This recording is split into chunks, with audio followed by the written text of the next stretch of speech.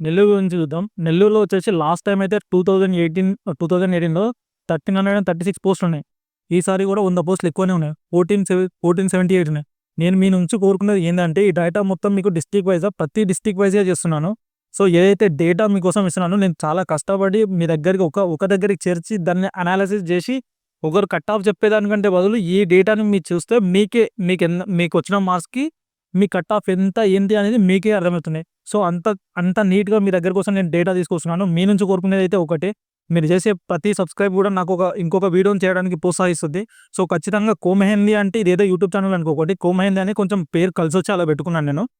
So, దీంతో పాటు నేను అన్ని వీడియోస్ ఎడ్యుకేషన్‌తో పాటు అన్ని వీడియోస్ చేస్తాననమాట. సో, ఎవరైతే ఖచ్చితంగా సబ్‌స్క్రైబ్ అయితే చేసుకోండి. ఖచ్చితంగా మీ స్కోర్ ఎంతొచ్చింది అనేది ఖచ్చితంగా కింద కామెంట్ చేయండి. సో, చిత్తూరుకొచ్చేటాళ్ళకి మొత్తం క్యాండిడేట్స్ అప్లై చేసింది 26,501. ఇక్కడ మీరు మెయిన్‌గా గుర్తుంచుకోవాల్సింది కాంపిటీషన్. ఇక్కడ పర్పస్ వచ్చేసి కాంపిటీషన్ ఒక్కసారి మీరు కాంపిటీషన్ చూడండి. 17 మెంబర్స్ మాత్రమే. 17 అది చాలా తక్కువ. లీస్ట్ ఉన్న డిస్ట్రిక్ట్ వైస్‌లో 14 మెంబర్స్ పర్ పోస్ట్ వచ్చేసి కర్నూలు తర్వాత 17 మెంబర్స్ లిస్ట్ ఉన్నది నెల్లూరు మాత్రమే. చిత్తూరు మాత్రమే. మొత్తం 26,500 ఒక్క మంది చేశారనమాట. సో, దీనికి మీకు ఇంకొక డేటా కూడా మీకు నేను ప్రొవైడ్ చేశాను. ఇది చూడండి ఒకసారి.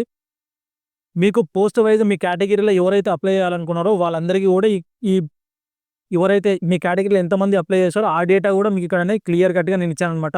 ఇది చూడొచ్చు మీరు ఇక్కడ. సో, దాని పరంగా మీకు ఇంకొకటి ఏంటంటే, ఇక్కడ ఎన్ని పోస్టులు ఉన్నాయని చెప్పేసి ఇది చూడండి. ఇక్కడ వచ్చేసి 68+28 అనేది ఉందా? ఇక్కడ 68+28 అనేది ఇదేంటి అంటే 68, 28 ఏమో నాన్ లోకల్ పోస్టులు, 68 ఏమో లోకల్ పోస్టులు. మొత్తం కలుపుకొని ఎస్జిట్‌ల పోస్టులన్నీ 612. ఇట్లా మీరు వీడియోని ఒకసారి పాజ్ చేసి మీ డేటాని ఒకసారి చదువుకోండి.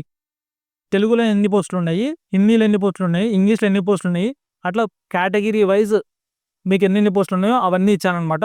ఈ డేటాని మీరు ఒకసారి చదువుకొని ఈ డేటా మొత్తం ఎక్స్‌ప్లెయిన్ చేస్తే నాకు చాలా టైం పడుతుంది. సో, వీడియో కూడా లెంత్ అవుతుంది. మీకు చూడడానికి కూడా కొంచెం ఇబ్బంది అవుతుంది.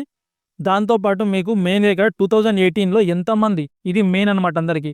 2018లో ఎంతమంది అనేది 31 80కి పైగా సాధించిన వాళ్ళు 31 మెంబర్స్, 70కి పైగా సాధించిన వాళ్ళు 57 మెంబర్స్, 70కి పైన 120, 66 పైన 345, 60 మీద 749. సో, ఇది 2018లో మెరిట్ లిస్ట్‌లో వచ్చినది.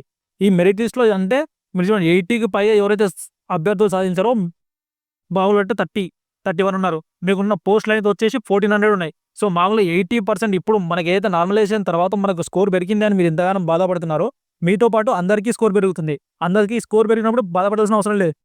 హార్డ్ అయిన నార్మలైజేషన్ తర్వాత వచ్చిన మార్కులకి మీకు మీ మార్కులు పెడితే ఆటోమేటిక్‌గా కట్ ఆఫ్ కూడా పెరుగుతుంది. అందుకని చెప్పేసి కట్ ఆఫ్ ఎక్కువ అని మీరు భయపడాల్సిన అవసరం లేదు.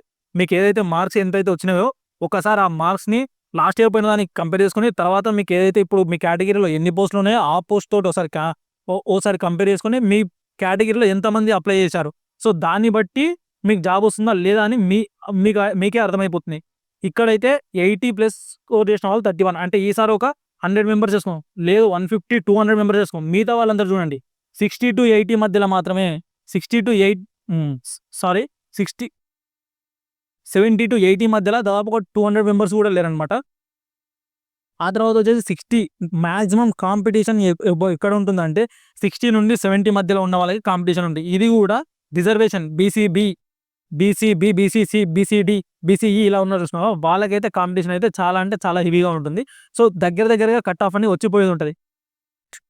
ఇక్కడైతే ఎస్సీ, ఎస్టీ ఎవరో ఫిజికల్లీ హ్యాండిక్యాప్డ్ ఉన్నారో 60 అబోవ్ 65, 60కి అలో హైట్ అక్కడ ఇక్కడ ఇచ్చినా కూడా కేటగిరీ వైజ్ మీ రిజర్వేషన్‌లో ఎవరైతే హై స్కోర్ చేయకుండా ఉన్నట్టయితే మీకు జాబ్ వచ్చే అవకాశం ఉంటుంది. 60 అటు ఇటు.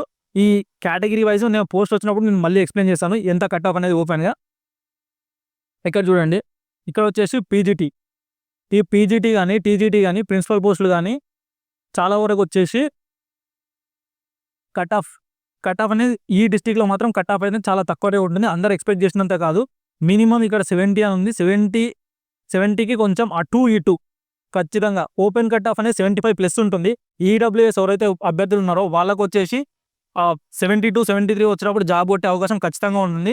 ఇక్కడ ఏంటంటే ఈ పీజీటీ, టీజీటీ, ప్రిన్సిపల్ పోస్టులకు వచ్చేసరికి మీరు ఒక్కటైతే ఖచ్చితంగా గమనించుకోవాలి. ఏంటంటే ఇక్కడ ఉన్న 60 మార్క్స్ ఇంగ్లీష్ ప్రొఫిషియన్సీ టెస్ట్‌లో 60 మార్క్స్ క్వాలిఫై అయ్యి వాళ్ళు క్వాలిఫై అయిన వాళ్ళకి మినిమం 70 అబోవ్ వచ్చిన వాళ్ళకి కేటగిరీ లిస్ట్‌లో ఉన్నవారు ఖచ్చితంగా జాబ్ వస్తుంది.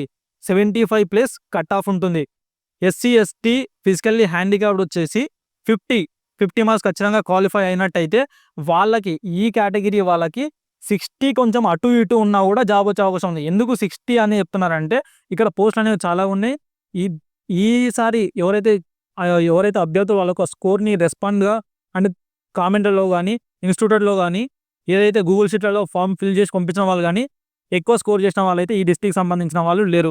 సో, ఈ డిస్ట్రిక్ట్ వాళ్ళైతే సేఫ్. ఎంత కట్ ఆఫ్ అన్నా పెరగని దాంతో పాటు మీ మార్కులు కూడా పెరిగినాయి కాబట్టి మీరు బాధపడాల్సిన అవసరం లేదు. స్కూల్ అసిస్టెంట్‌కి వచ్చే వాళ్ళకి ఖచ్చితంగా లాంగ్వేజ్‌లలో ఎవరైతే ఉన్నారో 75+ అయితే స్కోర్ అయితే ఖచ్చితంగా కట్ ఆఫ్ కిందకి వస్తుంది. ఓపెన్ కట్ ఆఫ్ అని చెప్పుకోవచ్చు. ఎవరైతే 70+ స్కోర్ చేశారో ఖచ్చితంగా వాళ్ళకి జాబ్ వచ్చే అవకాశం ఉంది. ఓపెన్ కట్ ఆఫ్ 75+ ఉంటుంది. ఈడబ్ల్యూఎస్ ఎవరైతే ఉన్నారో వాళ్ళకు 71, 72 అదే రేంజ్‌లో ఖచ్చితంగా జాబ్ వస్తుంది. ఎవరైతే మ్యాథమెటిక్స్ గానీ, సోషల్ సైన్స్ గానీ, బయాలజీ గానీ, ఫిజిక్స్ గానీ ఇక్కడ మెయిన్‌గా గుర్తుపెట్టుకోవాల్సింది మ్యాథ్స్‌కి మాత్రం కట్ ఆఫ్ ఎక్కువనే ఉంటుంది. 80+ అయితే కట్ ఆఫ్ ఎక్కువనే ఉంటుంది. ఈ యొక్క పేస్‌లు ఈ తెలుగు, ఈ లాంగ్వేజ్ ఇవి ఉన్నాయి చూస్తారా? ఈ పోస్టులు మాత్రం ఖచ్చితంగా మీ జిల్లాకి ఎన్ని పోస్టులు ఉన్నాయో ఇంతకు ముందుకు ఇచ్చిన డేటాలో మీరే ఒకసారి అనలైజ్ చేసుకొని మీ కేటగిరీలో ఎంతమంది అప్లై చేశారనే దాన్ని ఒకసారి అంచనా వేసుకోండి. దాని తర్వాత మీకు మార్క్స్ ఇక్కడైతే మ్యాథ్స్ అయితే ఖచ్చితంగా 80+ కట్ ఆఫ్ ఉంటుంది. ఓపెన్ కట్ ఆఫ్ 75 ఆ మధ్యలో వచ్చేసి రిజర్వేషన్ కేటగిరీ బీసీలో జాబ్ వస్తుంది. ఎవరైతే 60కి కొంచెం అటు ఇటు 68 అటు ఇటు స్కోర్ చేసిన వాళ్ళకి ఖచ్చితంగా జాబ్ వచ్చే అవకాశం ఉంది. బయాలజీ, ఫిజిక్స్, సోషల్ సైన్స్‌లో మాత్రం ఇంకా కట్ ఆఫ్ అనేది ఓపెన్ కట్ ఆఫే 77కి తక్కువనే ఉంటుంది. ఎందుకంటే సోషల్ సైన్స్‌లో హై మార్క్స్ స్కోర్ చేసిన వాళ్ళు ఎవరూ లేరు. మీరు ఒకటి గుర్తుపెట్టుకోవాల్సింది ఏంది ప్రతి దాంట్లో అంటే మీరు ప్రతి దాంట్లో మీ యొక్క పోస్ట్ అనేది మీ రిజర్వేషన్ మీ కేటగిరీలో ఎవరైతే ఒకవేళ హైయెస్ట్ మార్క్స్ అనేది చెయ్యరో అప్పుడు మీ కట్ ఆఫ్ అనేది ఇంకా తగ్గే అవకాశం ఉంటుంది.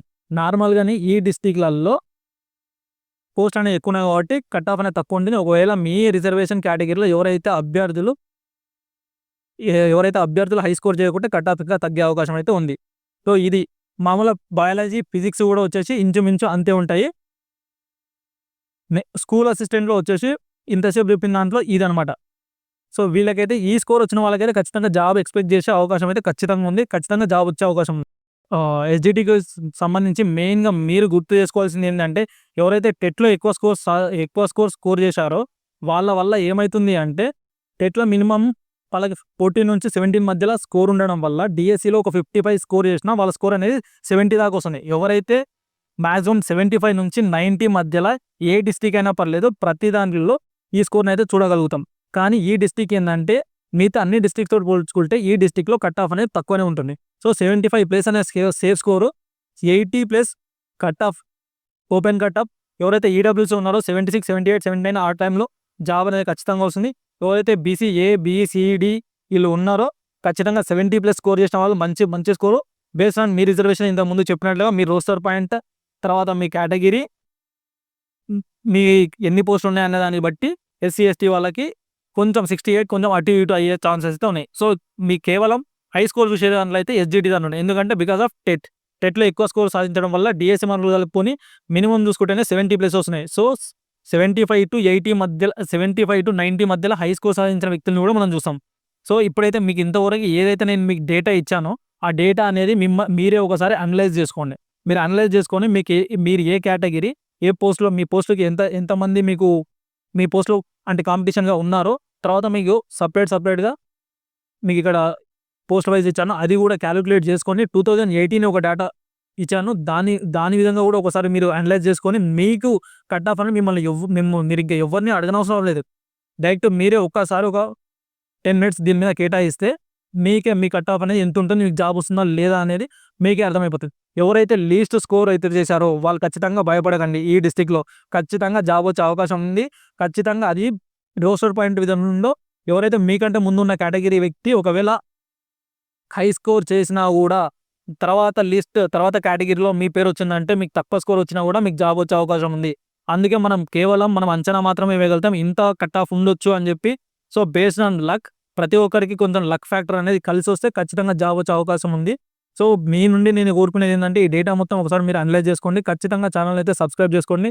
ఈ డేటా మాత్రం అనలైజ్ చేసి మీ కింద మీ స్కోర్ ఎంత వచ్చిందో కామెంట్ చేయండి.